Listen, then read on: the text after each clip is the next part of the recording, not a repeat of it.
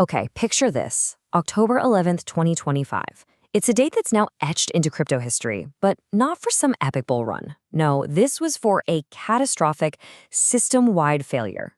On this day, Binance, the biggest crypto exchange on the planet, went from being the deepest pool of liquidity to the absolute epicenter of a global meltdown. So let's dig in and figure out what on earth happened. And it all went down in just 106 minutes. Think about that. At 5:12 a.m., Beijing time, the system starts to crack.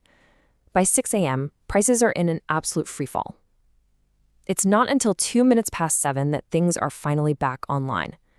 For almost 2 hours, traders were completely trapped, just watching their accounts get vaporized in real time.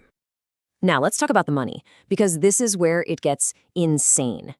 In that tiny window of time, more than $19 billion in open positions just vanished. Poof, gone. This wasn't a market correction. This was a complete evaporation of capital on a scale that's hard to even wrap your head around. But here's the truly bizarre part of the story. This crash, it was happening only on Binance.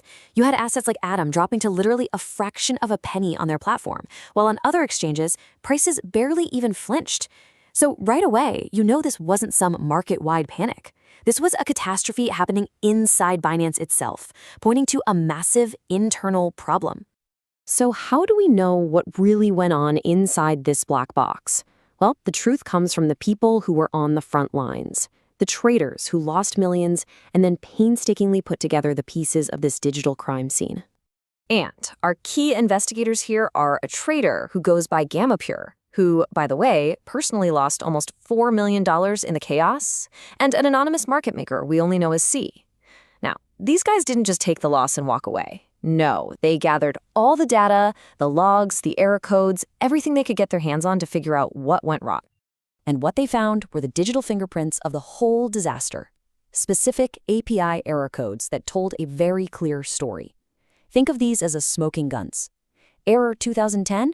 That means the core matching engine, the very heart of the exchange, was just rejecting orders. Error 2022. That shows the risk control system, the safety net, was failing. This was definitive proof that Binance's most critical systems had all failed at the exact same time.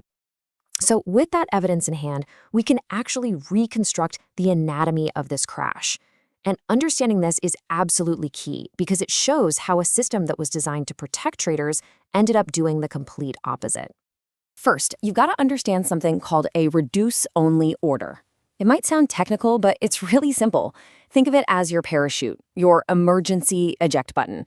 It's not an order to make a new bet. It's the command you give to get out, to close your position, and to protect your money. It is one of the most basic, fundamental safety tools a trader has. And this is where a technical failure becomes a massive breach of trust. Right there, in Binance's own public documents, they promised that these exact safety net orders would get priority during busy periods. But the data shows the opposite happened.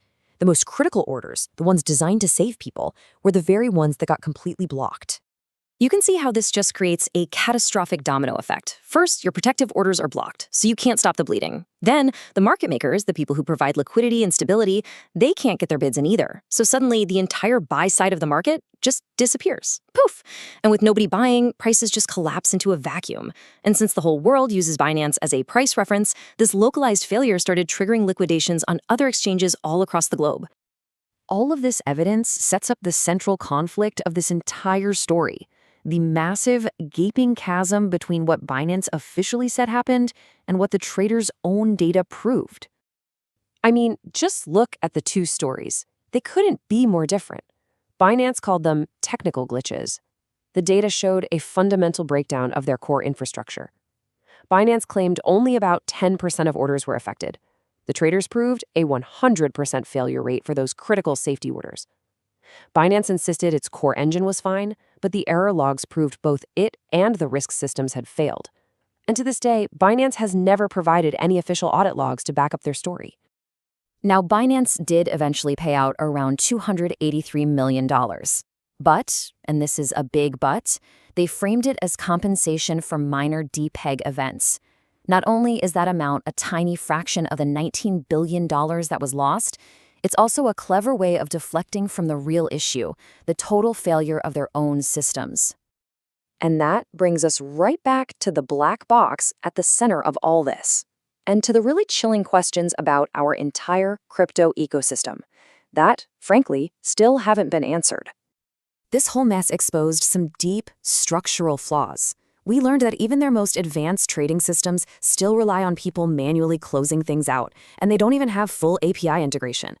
But the most terrifying truth, this event proved that the market is so centralized, so reliant on one player that when Binance fails, the entire crypto market fails right along with it. And this really gets to the human cost, The traders who got wiped out, they weren't making crazy, reckless bets. They were doing everything right, managing their risk, they played by the rules, but the exchange itself, the very foundation they trusted, just crumbled right from under them. So it really leaves us with this one fundamental question. Was this just a normal stress event, something that could happen to any exchange under extreme pressure?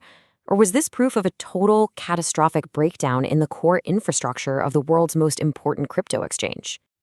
And beyond all the technical questions, there's this simple financial one. $19 billion vanished. The compensation paid out was a tiny fraction of that. So you have to ask, where is the money? And that leads us to the final and maybe the most haunting question of all, the one that Binance has never, ever answered. Simply, why?